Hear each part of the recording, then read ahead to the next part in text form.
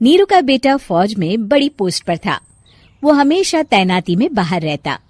घर में अकेली नीरू बोरियत महसूस करती थी।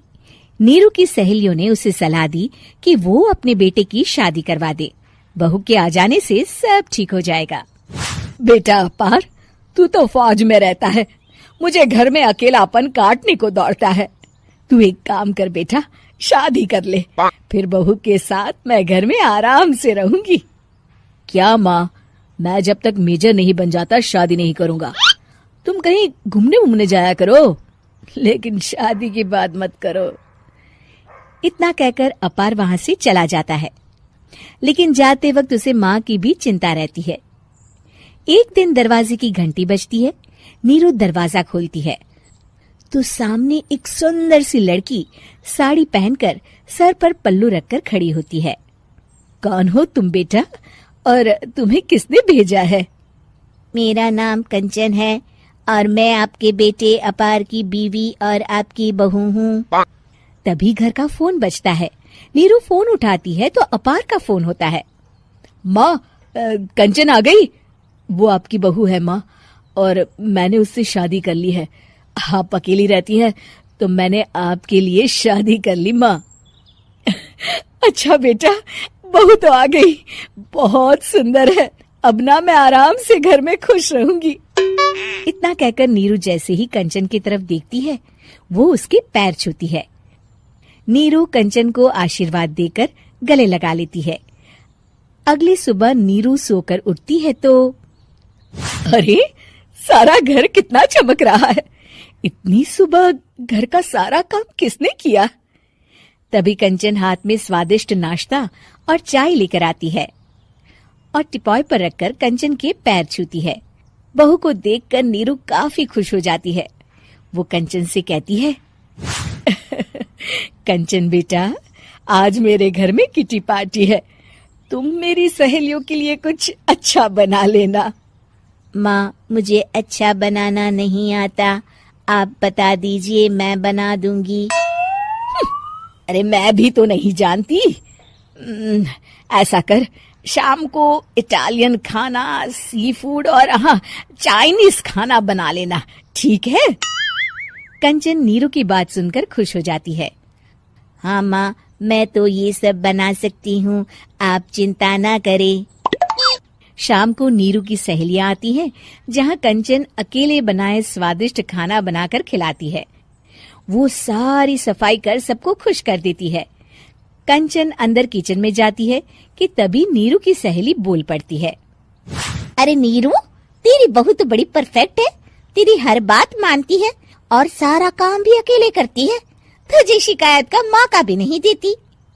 लेकिन क्या फायदा, बेचारी नीरू का जीवन तो बहू के आने के बाद भी बोरिंग का बोरिंग ही रहा। क्यों, ऐसा क्यों बोल रही है? अब तो मेरे साथ मेरी बहू भी रहती है।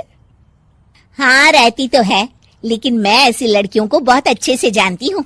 ये सारे काम इसलिए करती है कि तुझे लड़ाई करने का कोई मौका ना मिले और तू फ्रस्ट्रेट हो जाए, समझी? नीरू भोली सूरत बनाकर कहती है, नहीं, मैं नहीं समझी।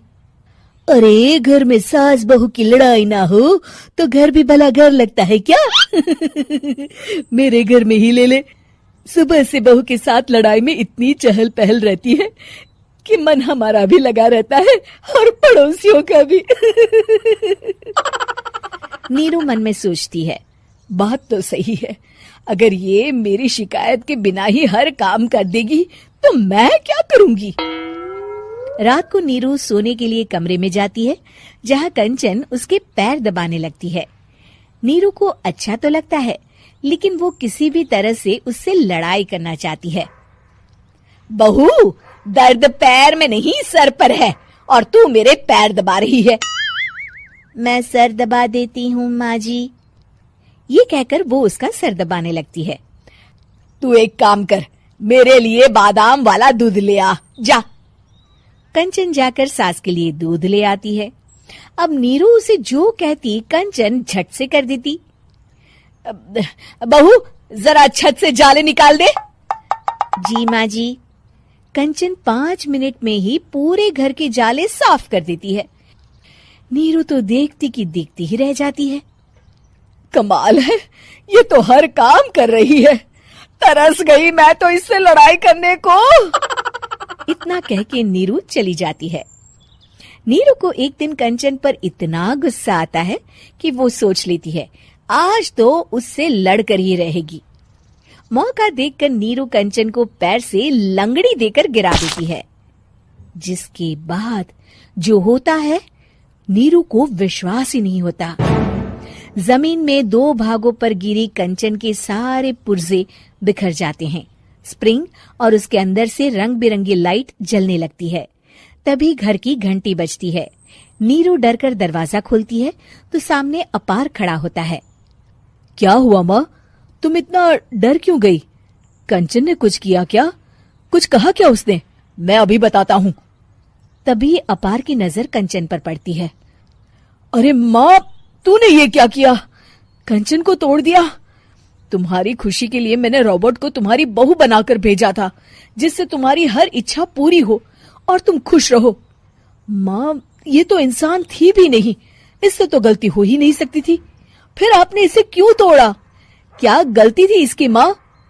बेटा, इसकी सबसे बड़ी गलती ये थी कि ये इंसानों की तरह सास से लड़ाई नहीं करती थी।